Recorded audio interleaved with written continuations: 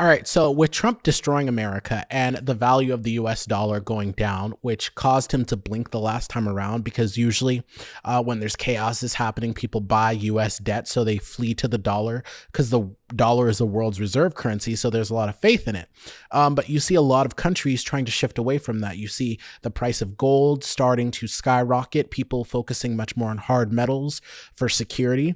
Well, right on brand in time with all of that, the Common Market for Eastern and Southern Africa, better known as COMESA, has launched a new digital retail payments platform. So it's designed to let African countries pay each other in their own currencies instead of relying on the US dollar for trade settlements. So for decades, most African trade deals, even between neighboring countries, have been priced and cleared in dollars. That means if a business in Zambia wants to buy goods from Malawi, both sides have to convert through US banks first. It's slow, it's expensive, and it ties African economies to the value of a currency they don't control. Now, this new system changes that. So the pilot program has started between Malawi and Zambia, and if it succeeds, it'll expand across all 21 COMESA nations. The idea is simple but powerful, so make it possible for traders, farmers, and small businesses to buy and sell across borders without ever touching the US dollar. Kenya, which currently chairs COMESA, has called the move a game changer.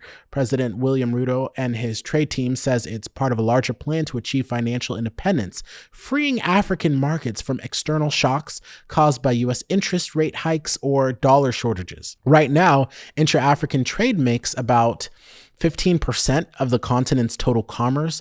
Compare that to Europe, where countries trade with each other roughly 60% of the time, right?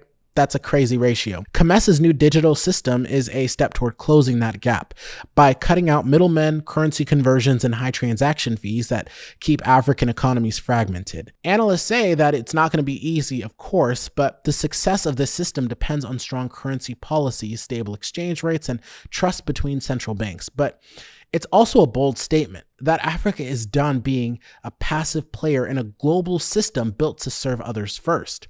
If it works, it could mark the start of a new era where Africa trades on its own terms, in its own money, and for its own growth. One last thing before you go, I am really trying to get to 10,000 followers by the end of October, so if you are enjoying my reporting, please be sure to hit the follow button for more news in 3 minutes or less. And if you want to support my work further with additional perks, you can join my Patreon for as little as $1 a month.